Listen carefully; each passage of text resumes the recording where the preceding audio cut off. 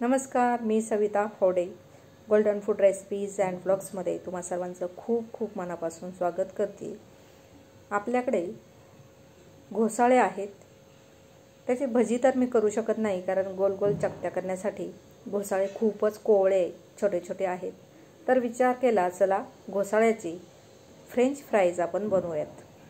त्याच्यासाठी घोसाळे चांगले स्वच्छ धुवून घेतलेत, त्याच्या दोन्ही साइड कापून घ्यायच्या, बुडखाची आणि शेंड्याची साइड, आणि मस्त असे पातळ काप करून घ्यायचे। हे पहा, या पद्धतीने जसे की आपण बटाट्याचे फ्रेंच फ्राईज बनवतो तेवढे पातळ कापून घ्यायचे, सुरीनेच कापून घ्यायचे ते।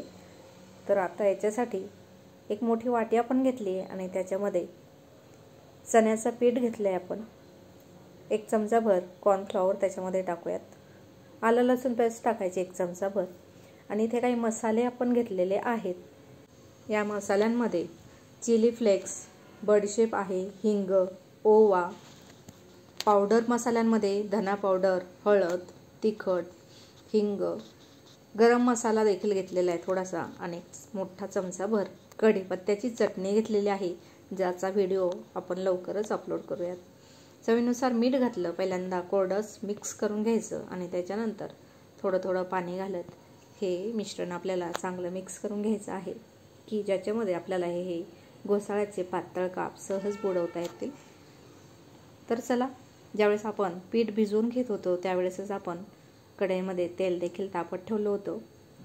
तर आता हे फ्रेंच फ्राईज करण्यासाठी एकदम क्रिस्पी होण्यासाठी मोठ्या गॅसवर चांगलं तेल कडकडीत असं उकळून घेतलेलं आहे, आणि या मिश्रणामध्ये घोसाळ्याचे हे काप घालून घेतलेत आणि पटापट सोडून घ्यायचे।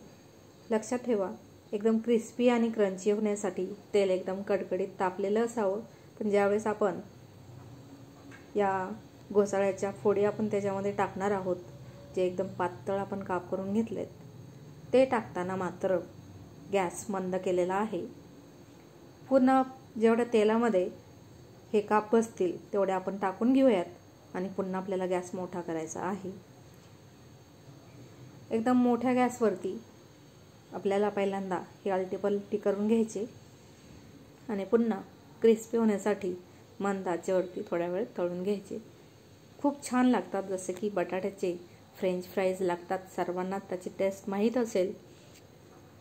त्याहीपेक्षा उत्तम भन्नाट अशी चव या घोसाळ्याच्या फ्रेंच फ्राईजची लागते। नक्कीच एकदा करून पहा, आणि हा व्हिडिओ तुम्हाला आवडल्यास लाईक करायला मात्र विसरू नका।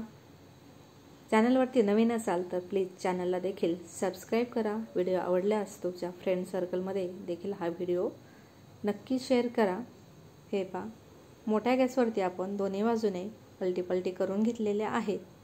तुम्ही बघू शकता किती मस्त क्रिस्पी असे झालेले आहेत। त्याला छान असे क्रिस्पी होण्यासाठी मी थोडा वेळ मंद आचेवरती तसेच तळून घेतलेले आहेत।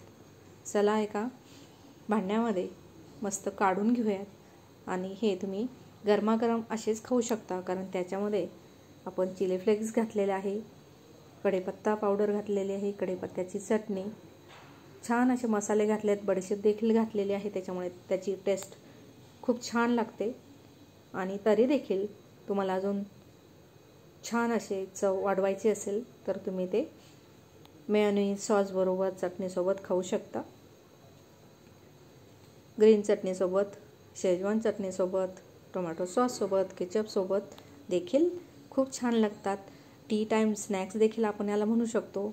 खरंच गरमागरम खूप छान लागतात, आणि मुलांना देखील ज्यावेळेस घरातल्या घरात मूव्ही बघत असतील टाईमपास म्हणून छोट्याशा भुकेसाठी ज्यावेळेस स्कूलमधून येतात त्यावेळेस देखील तुम्ही त्यांना हे देऊ शकता, कारण घरच्या घरी तळलेलं असलं तरी घरच्या घरी ते आपण एकाच वेळेस तेलामध्ये तळलेलं असतं। जास्त तळणीचं तेल नसतं की जे जास्त वेळा त्याच्यामधून आपण काही पदार्थ तळलेले आहेत, त्याच्यामुळे कधीकधी या पद्धतीने हेल्दी असं तेलकट खाणं देखील टेस्टी लागतं, आणि इट्स ओके, एका वेळेस खाल्लं तर तेलकट चालतं। तर चला, मस्त असे क्रिस्पी आपले घोसाळ्याचे फ्रेंच फ्राईज तयार झालेले आहेत। पुन्हा एकदा तुम्हाला व्हिडिओ आवडल्यास नक्कीच लाईक करा, शेअर करा, सबस्क्राईब करा. चॅनलवरती नवीन असाल तर. पुन्हा भेटू आपण अशाच नवनवीन रेसिपीसोबत, ब्लॉगसोबत. तोपर्यंत धन्यवाद. नक्कीच या पद्धतीने फ्रेंच फ्राईज बनवून पहा.